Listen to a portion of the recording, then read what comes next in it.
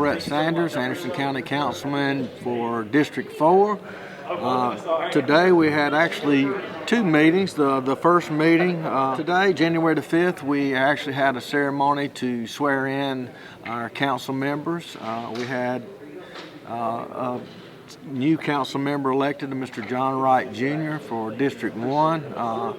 Very smart, intelligent young man that I think is going to do a great job not only for his district but for Anderson County as well.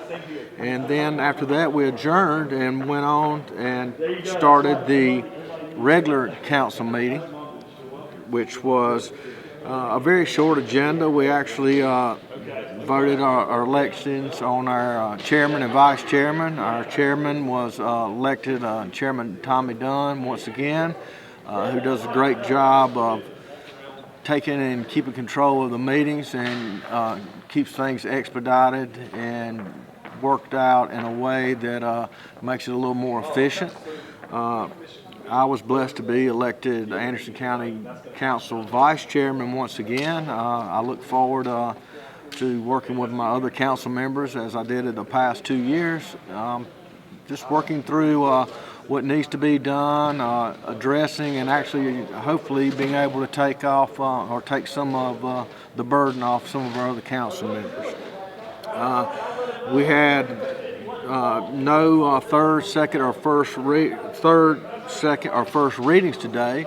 We did have an emergency ordinance that was passed, and it was basically, I think a lot of people thought we were shutting down government or shutting down businesses, but basically what it is, it's going to limit the number of meetings, the number of committee meetings.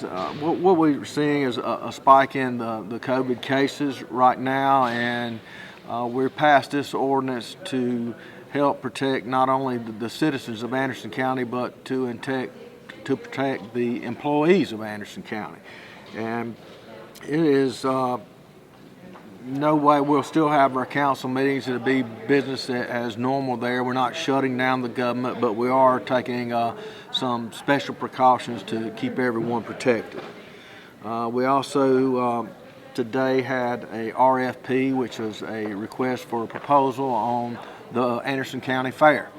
It came in, we sent it out, RFPs for requests for proposals to multiple areas, multiple people. It was out for people to actually submit their proposals.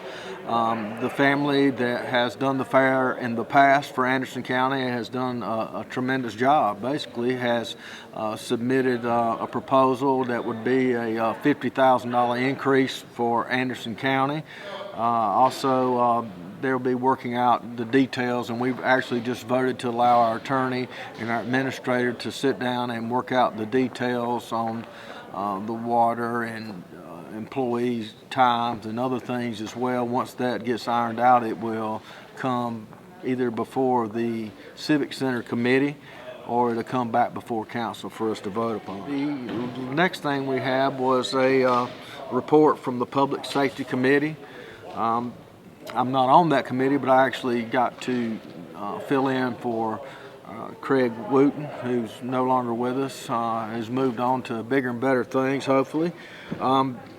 It was basically what we're doing now. We have the QRVs in place, the quick response vehicles.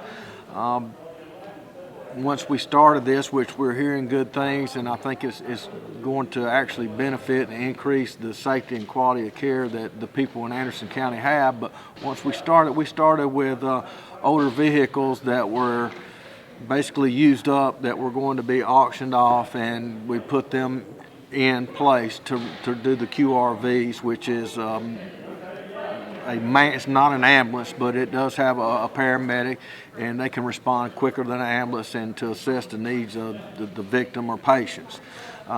Those vehicles had over 300,000 miles on them. We are approved today or voted to purchase 2 more vehicles. Those 2 vehicles would be probably June, July before they actually get here.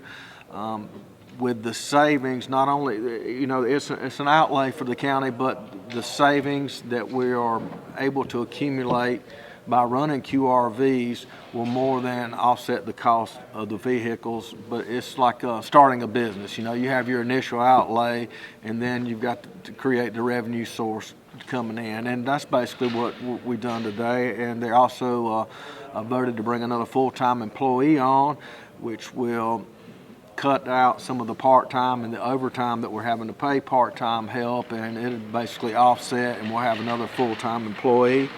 The third thing was funding for the ambulance in Pendleton. Pendleton actually had a QRV there.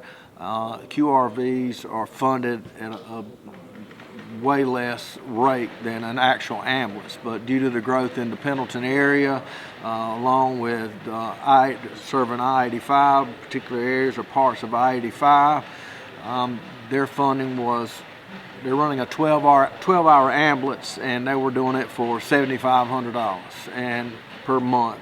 And what is normal or traditional, what we actually paying other ambulance services, is around $30,000 for a full-time ambulance. So we voted to increase the funding for Pendleton another $7,000, basically to get them closer in line to what the funding actually is for the rest of the county. I'm excited about that. That's in my district. It'll allow them to keep continuing to provide the excellent service and quality of care that they already do, and I'm glad for them. So, and finally, we had appointments, which John Wright Jr. and from District 1, we had a vacancy on the Planning Commission, which is a very serious position to fill, and he nominated Tommy Dunaway IV to fill that vacancy on the Planning Commission. I think it is a good nominee. I'm excited for our new councilman, Mr. Wright. I'm excited for Mr. Dunaway as well. That is a thankless position. As Chairman Dunn said in the closing remarks, it is a position to where one side, you're going to make one side happy, one side's not going to be so happy or be disappointed or upset, and we need someone there to help balance it out, that uses a common way of thinking or a rational way of thinking to do what's best for the citizens of Anderson County. And with that, we had citizens' comments and basically ended the meeting. So onward and upward to 2021.